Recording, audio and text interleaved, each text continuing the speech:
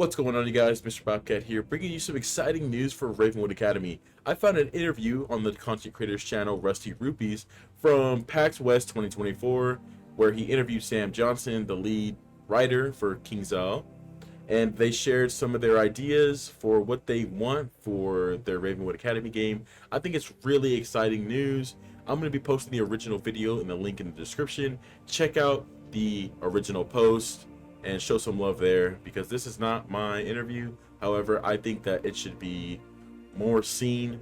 Thank you guys for watching. I'll be making a little bit of a conclusion at the end, so stick around for that.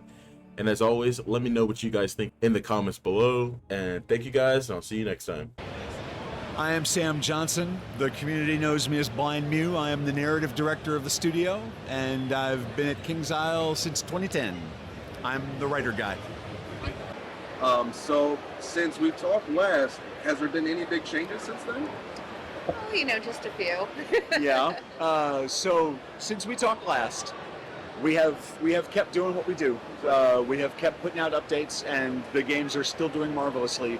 The big news is that we're going to make another game. For the first time since 2012, we're going to release a new title. And it's not what you think it might be.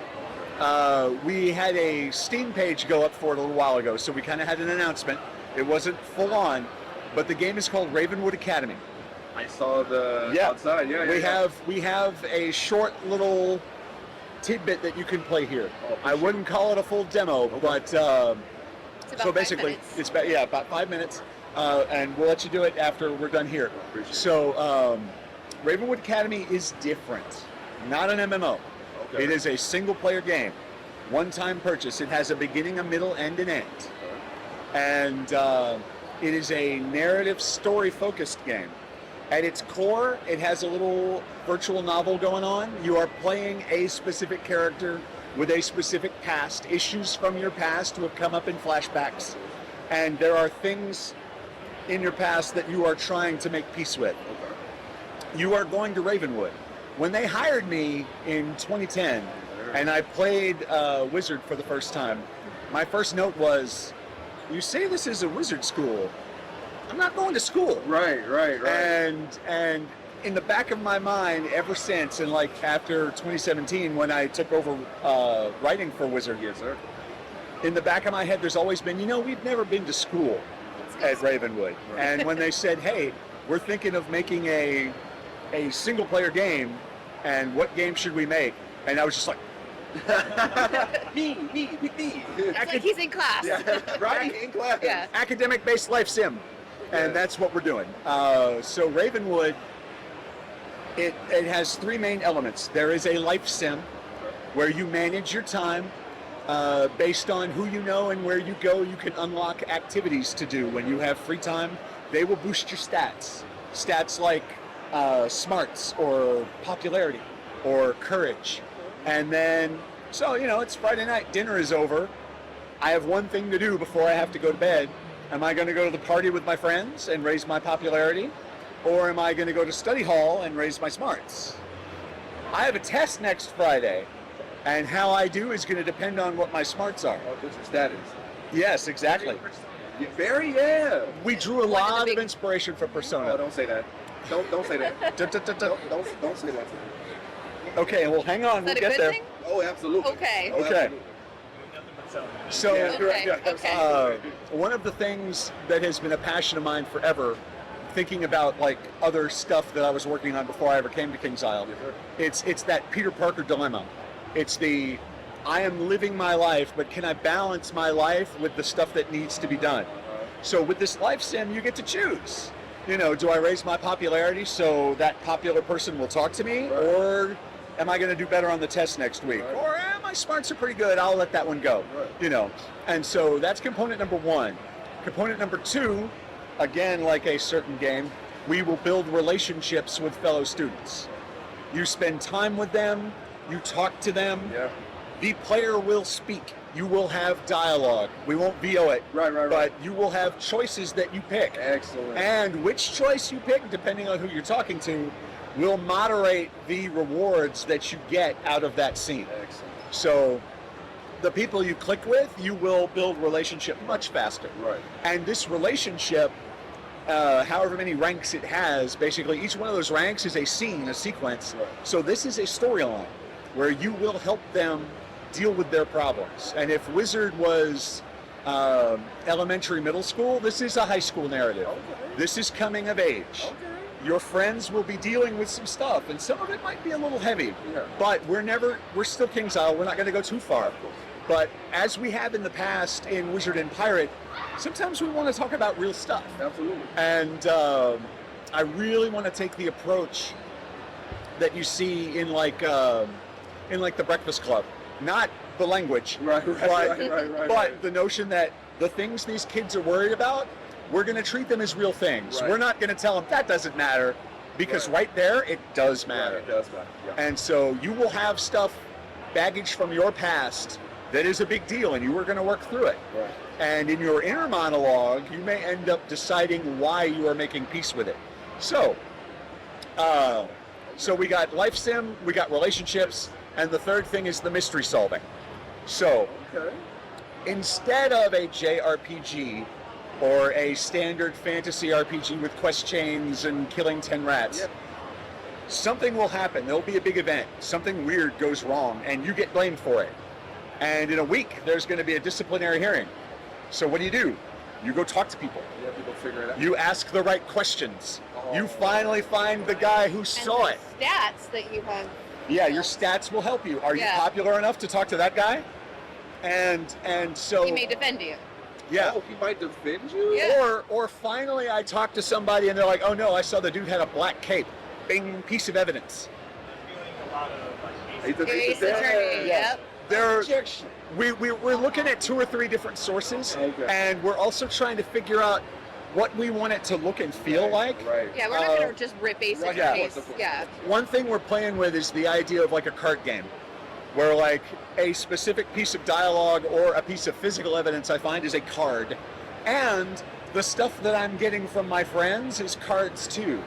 And so like think of Uno, how you have suits. Yeah. Well, the 3 pillars of rhetoric, ethos, pathos, and the other one.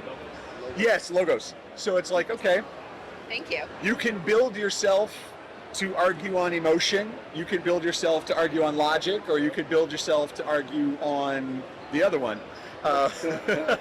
And so some things might work better with some people than others. Right. Again, nothing is firm here yet.